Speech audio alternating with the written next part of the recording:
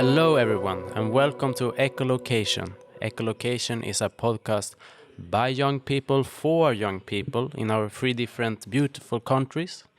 My name is Samuel from Sweden. My name is Alina from Moldova, one of the beautiful countries. My name is Malo and I am from Georgia. Yes, we are here in a beautiful Chisinau. How do you say that? Chisinau, yeah. Chisinau, Close yeah. enough. It's beautiful. I say it's beautiful, but really it's have been a very gray November day, and it's raining a lot. So, but a beautiful city, I would say, nonetheless. It's so romantic. Yeah, thank you very much for the compliment.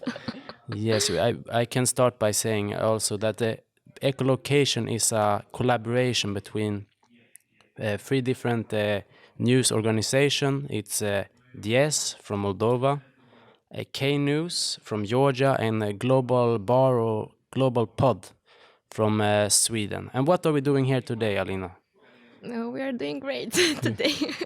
Doing- It's our first chance to meet, so it was our first trip when we could meet and have this conversation in real life.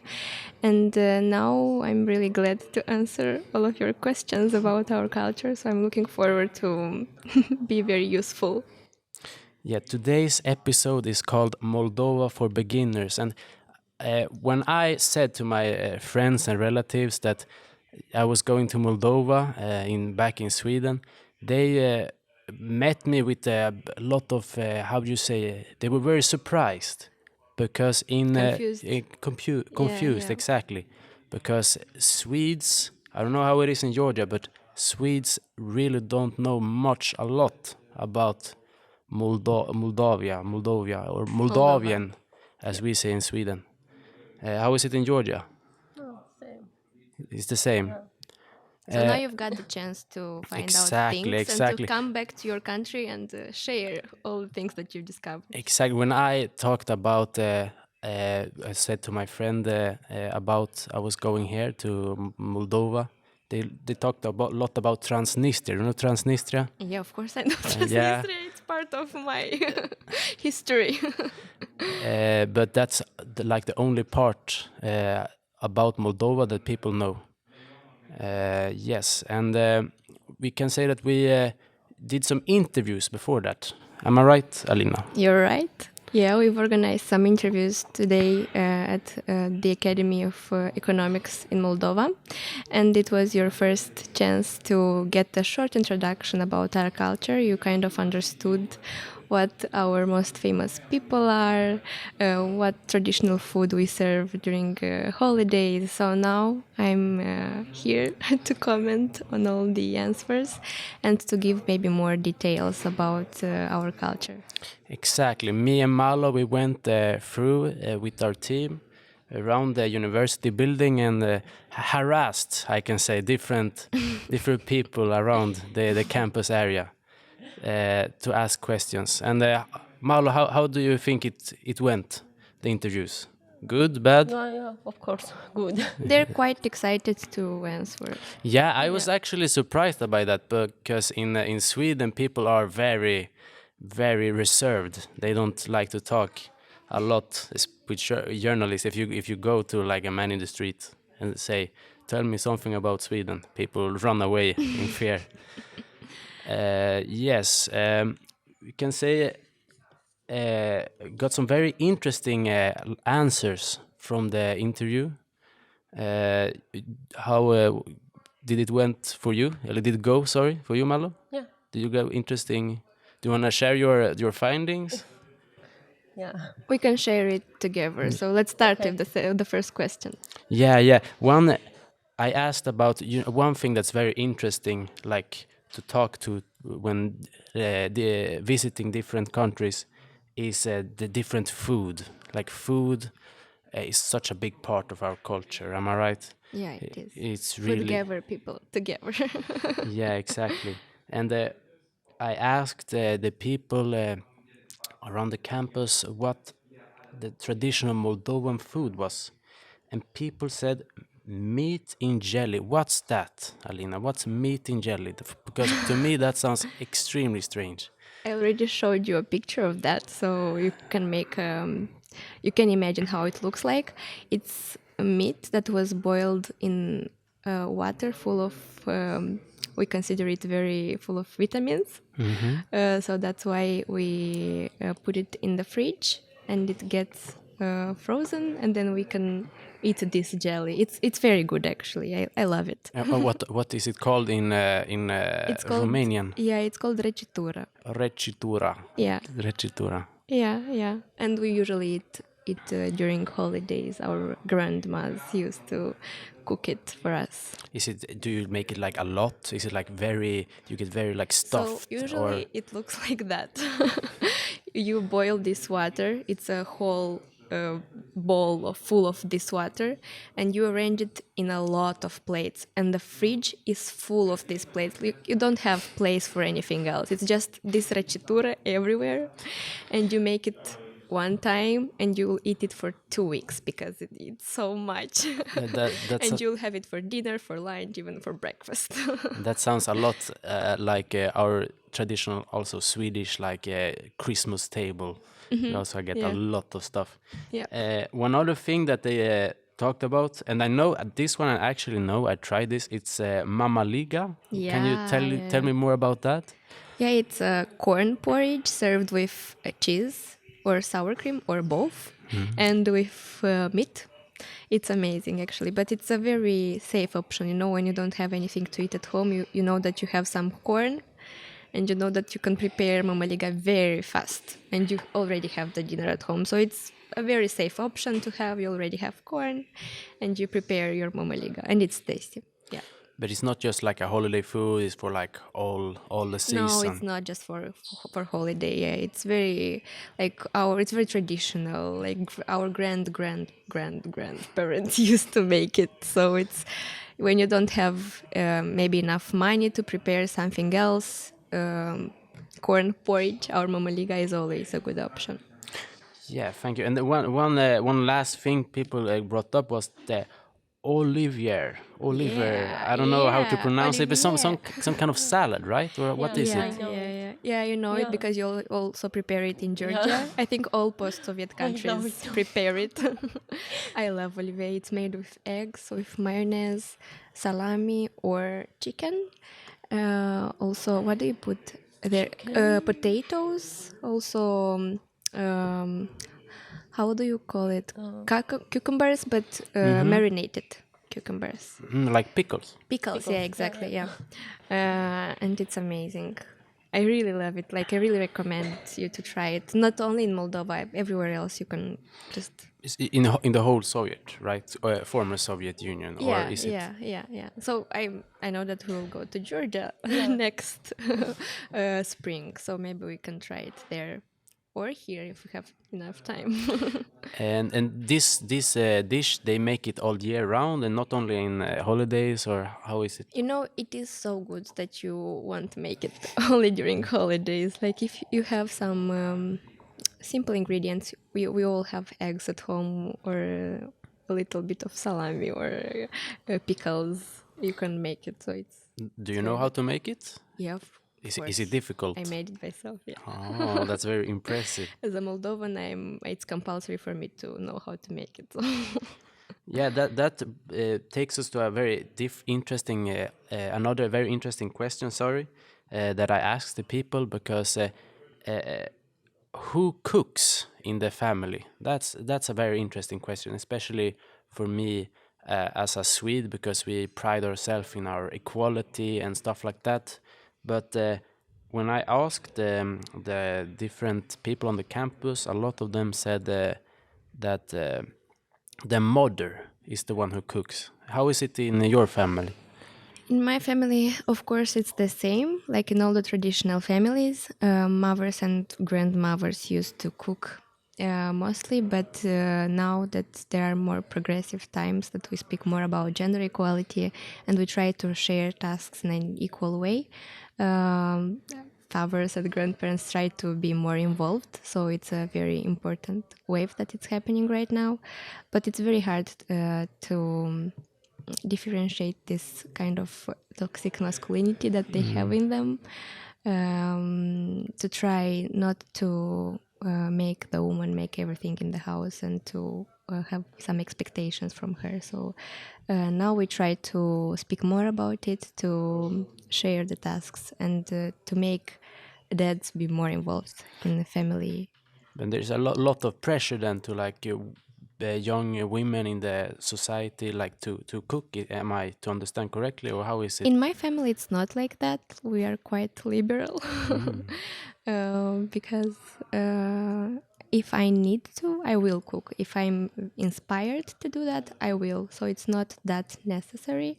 If I want to help my mom, I will. If my dad wants to cook something special, he will. So it's not. It doesn't depend on the gender or on your role in the family. It depends on your will. So But is it like the same with your friends, or is it like is that just with you? Is your family usually, the special? families in the villages are more conservative, and women are treated in a very wrong way. Um, they used to be beaten by their husbands to be made to cook, to take care of their children. They used just to stay on the sofa and watch TV. And meanwhile, the woman is preparing, for example, during a holiday, the whole table full of dishes. She also has to take care of the children, to educate them. So it's completely different. Oh, that sounds horrible. It's very interesting, actually. I talked with a lot of young people yesterday, and they told me about the big difference between people in the city and people in the village. Can you like elaborate on that a bit? Yeah, the problem is that we have a lot, like a big phenomenon of brain drain. A lot of young people used to migrate from villages to cities or from Chisinau abroad. And in the villages, usually we have very traditional families, old families that don't have a chance to good education, and they are used in to be grown up with things and theories created by their grandparents. So it's very hard for them to have good opportunities and to try to get out of their bubble, you know. So that's why the situation is completely different. I understand. Maybe I will change to a bit lighter topic. Maybe now it's brain drain. It happens in a lot of countries, Yep. and it's very sad, I think. But to make a better mood this November day, maybe I asked about the breakfast, different breakfast here. What's a traditional breakfast in Moldova? Would you say? Because they said biscuits and tea. Is that the same for you? Yeah, it's quite basic, but we also have these cheese donuts that we like. I think you noticed that we use a lot of cheese in our food, like Yeah. everywhere, sour cream and cheese. How's that? Why is it so much cheese here in? Because a lot of our grandparents have cows and other animals at home, and they usually provide us with very natural and healthy chicken, with very natural cheese, sour cream. That's why we use it a lot in our cooking. And when I'm talking about breakfast, I'm talking about papanash. They are some cheese donuts that we create on a pan. We create, we prepare, and we serve it with jam or with honey, and it's very good. What was that called again? One more time. Papanash. Papanash. Do you have that in Georgia as well? Papanash. No, I mean you. I think you could have it, but they are not called like that because it's a very Romanian word. It's like round things made of cheese. Because I will show you. yeah, love to see that. In as a Swede, maybe a bit stereotypical, but one can assume, or one assumes that as former Soviet countries are very similar, but Yep, exactly. maybe they aren't always in that sense. One very other interesting thing, as it's November, it's starting to get close to Christmas. When do you celebrate Christmas? Because you are Eastern Orthodox, right? Here in Moldova. Yeah, we are. Yeah, we celebrate it on. We actually celebrate two Christmases, but it depends on the family. We celebrate the one on 25th of December. I don't. My family doesn't celebrate that Christmas. We do it on 7th of January. 7th, and that's like the traditional. Yeah, we sing carols, we go to our grandparents. Usually it's snowy, like it used to be snowy, and this time it's not. And it's a very nice atmosphere, but I think we celebrate more New Year than Christmas. We give more importance to New Year. And how do you celebrate New Year? It's like big fireworks and stuff like that. Or Yeah, how, yeah. We gather around the table. We listen to our president's speech on TV after midnight, before midnight actually. Yeah, and yeah, I really wait for Christmas and for New Year. But the people who celebrate like 2 Christmases, because we in Sweden we only celebrate the 24th actually, Okay, yeah. one day before. And do people that celebrate 2 Christmas, do they get double the presents or Double presents? double presents like presents? Because you get presents on Maybe. Christmas as well, right? No, no, no. We No. don't. Only on New Year. Only Like New Santa Year. Claus comes on New Year. Is Yeah. it the same for you, Malo? I think in some families it can also come on Christmas. I think it depends. Yeah. Because we share our culture with Romania, our history. So they celebrate it on 25th. So there are Moldovans that also get presents on Christmas. So yep. Yeah.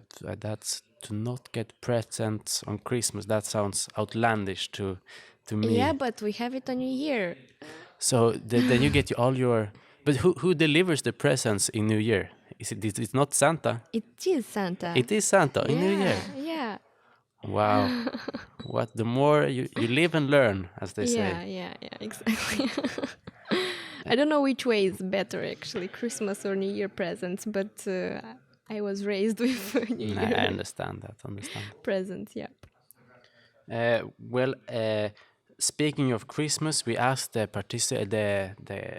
people here on campus about their favorite Christmas movie, and they said Home Alone, which is it's a good Christmas movie. Worldwide. Yeah, it's a worldwide. It's American, right? Yeah, I think.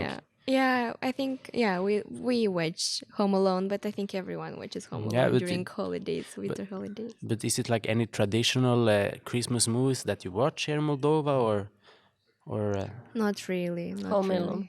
Home Alone, yeah. Home Alone? Yes, Home Alone. Because in Sweden actually we traditionally watch we have like series on the television like. Swedish or Yeah, Swedish. Oh, actually, it's really funny. We have every Christmas we have cartoons, so everyone gets meets the whole family, and we together we watch like Donald Duck on television, national television. Christmas edition, right? Yeah, Christmas edition every single year, and it doesn't change at all. Yes. And speaking of movies, of course, do you have any famous like Moldovan movies? We do, but I think I'll speak more about a recent movie that was and it is quite popular in Moldova, called Carbon. The same in English, like Carbon. Carbon. Yep. It's a very interesting perspective on Moldova gaining independence in 1991, because till 89 we were under Soviet Union, and it was very interesting to see how overnight Moldova had independence and had to change flags and to feel this independence in a very funny way, because you can't quite feel it after being part of Soviet Union, you know. And I love the movie. It's like it's part of our history.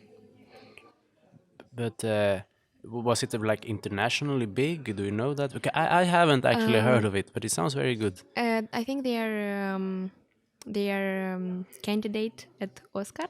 Wow! But yeah, Congratulations! thank or you, how thank do you say? also, they speak a lot about the war in Transnistria. You already know about Transnistria, and it's a country that doesn't exist anywhere, and they have their own currency. They have their own way of thinking. We still have Russian army there, so it's a part of Moldova that creates a lot of problems. Yeah, yeah. It's very interesting because I heard that a lot of Moldovans actually have double citizenship. Is that true? Yeah, it is right. Yeah. We have both Moldovan and Romanian. Not all of us, but people tend to get it as it offers a lot of opportunities. The problem is that not all of the people with Romanian citizenship feel Romanian, you know? Not all of them speak Romanian, not all of them share Romanian values or European values, actually. So it's very funny when you see a Russian speaker that doesn't even want to say hello in Romanian and pays money to get the Romanian citizenship and to be like to benefit on it. You know, you do anything for it. You do like you should do something to get this passport to feel at least that you are part of European Union. But when you are kind of against it and you just benefit, it's quite egoistic. Yeah, but is it just money, or is it something with like grandparents as well, or how is it? um, yeah, I think there are a lot of systems like organizations, companies right now that help you get the Romanian passport and you just pay them. It's a very huge process, but you can get it in like 4 years. Yeah, but I spoke with the young people Yep. yesterday, and they said that it was something with that to do with that you have to prove that your grandmother lived in some I don't understand lived in Romania. Yeah, in some cases, yeah, but it depends. Now things are much more easier. You can get it in an easier way. You don't have to prove anything. Yes. Also, maybe don't need to talk about so horrible topics as the Transnistria and stuff like that. As it's so gray outside, maybe gray on our in our souls as well. Talk about such stuff. Uh, how do you greet your friends here in Moldova? That's also like an interesting culture shock or difference. How would you greet your friends? I think most of the cases I hug them, but yeah, I think it's also a very common thing of shaking hands between men that want to show their masculinity and get a very good shake. But yeah, in general, we hug, we kiss. Our relatives used to kiss a lot, 3 times on every cheek. On every cheek, like the Italian. Yeah, Yeah, yeah, yeah, yeah. yeah, and usually when you go to a wedding or a relative holiday, you get so many kisses, and you feel so, contaminated with all the bacteria from everyone. But yeah, it's a tradition, so you have to obey. Yeah, and is it like a huge difference between how you greet other women and men? Because some of the people we asked talked about it was like a big difference. So how is it in your community, in your Between men and between your women? friends? Yeah, do you greet them differently based on their gender? Not really. I think we hug everyone. Everyone. At least to me, I do it. Yeah, I hug everyone. It's a very nice way not to get too close, but yeah, it's pretty friendly. Yeah, it sounds really nice. As I said, Swedes are so they are so like closed and to hug it happens, but it's people need to be pretty drunk to To start get more hugging. friendly. Yeah, exactly. Yeah. Um, yeah. Talking about like hugging and stuff. Uh, where would you take your first date? It's another question that I asked. People said Stephen the Great Park. What's that? Yeah, so Stefan the Great Stephen the Great. Sorry. Park, yeah, it's the most important park in Chisinau. All of them, like the majority of gatherings are happening in the city center close to the Stefan the Great Park. So yeah, I think it's a good option, safe option to go during a first date. We used to go to cafes, of course, in the city center. I think that's where things are happening. Yep. Do you have any special cafes that you recommend to our listeners at home? Some hidden gems, perhaps? I won't mention their names. Ah, They okay. didn't pay us. That's to true. do That's that. true. We need to. But yeah, I have some. Yeah, I think I had one last question that I asked the people that we interviewed, and that was, who's the most famous Moldovan right now? And I got a little different answer. Carlan Dreams, Carla's dreams. Carla's Dreams, Yeah. Dan Balan, and Eugen. Jojen Doga. Yeah, yeah. I have never heard of any of them. Can you explain a bit about You them? should hear. You should listen to Carla's Dreams music. Carla's Dreams is a musician, singer from Moldova. He is popular both in Moldova and in Romania. Which genre of music is it? Is it like Kind of pop, yeah. We love Carlos Dreams. We love especially his old music because it's very close to our heart. And then we have Dan Balan, and I'm sure you know this song, Maya. Yeah, exactly. that's- Yeah, that one I know. So he was a singer at the Ozon. That was his band. Is he from Moldova? Yeah. I thought So he was. that's our song. Ah. So that's why people say that he doesn't, like, this band doesn't exist anymore. He sings now individually, but he's famous especially in Russia. And then we have Eugen Dogan. He's, I think, the most famous musician in Moldova. He how do you call it, compositor? Yeah, the Music people. writer. Yeah, exactly. Yeah, he plays the piano. He created a lot of good pieces of music that were played during a lot of important Moldovan movies, and not only Moldovan. And yeah, Eugen Doga is like our part of our Moldovan pride. But more like classical music. then. Classical music, yeah. No, that's very interesting. One more time, Malo? No, yeah, I'm sure you also have some questions, Malo. So yeah, let's. Yeah. let's What listen to them. what have you heard, Malo? Are you ready? Sorry. How the new generation spends in their free time in Moldova? We walk in the Stefan the Great Park. So I think Moldovan children, especially from Chisinau, are very engaged in a lot of extracurricular activities, because parents used to make their children do some French classes, German classes, playing guitar, football, everything that you want, like, to be developed in a lot of fields. So usually children are engaged in a lot of activities. Yeah.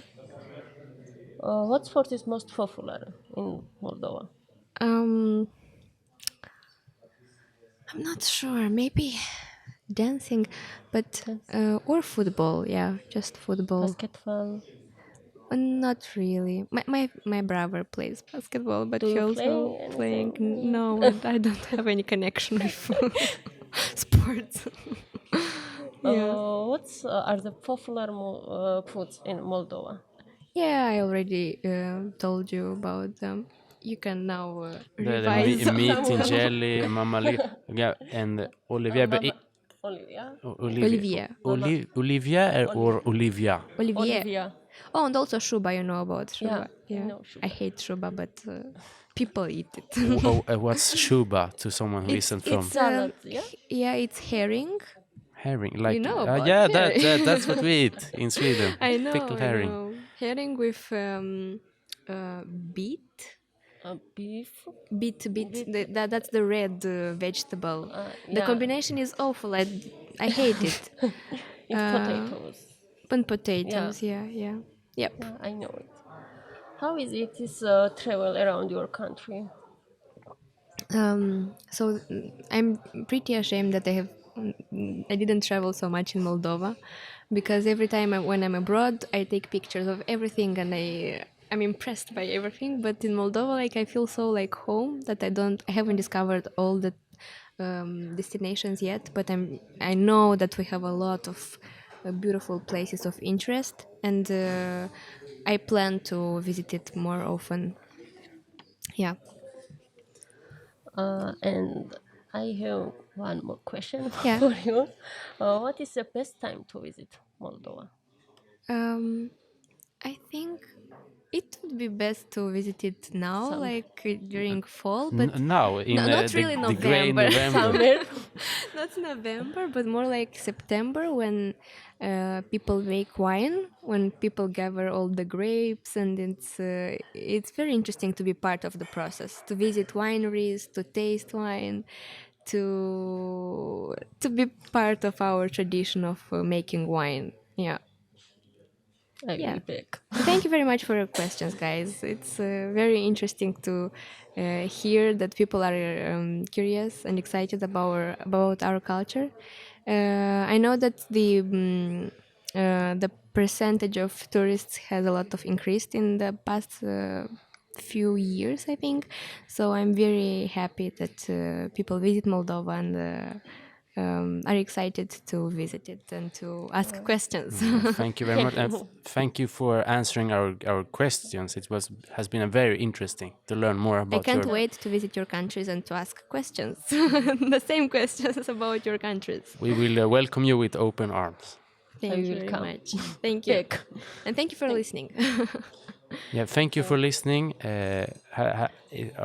Anyone want to say anything else or no? No. Listen to echolocation Yeah, you have been listening to and visit Moldova. Visit Moldova. You have been listening to Echolocation. My name is Samuel. I'm Alina.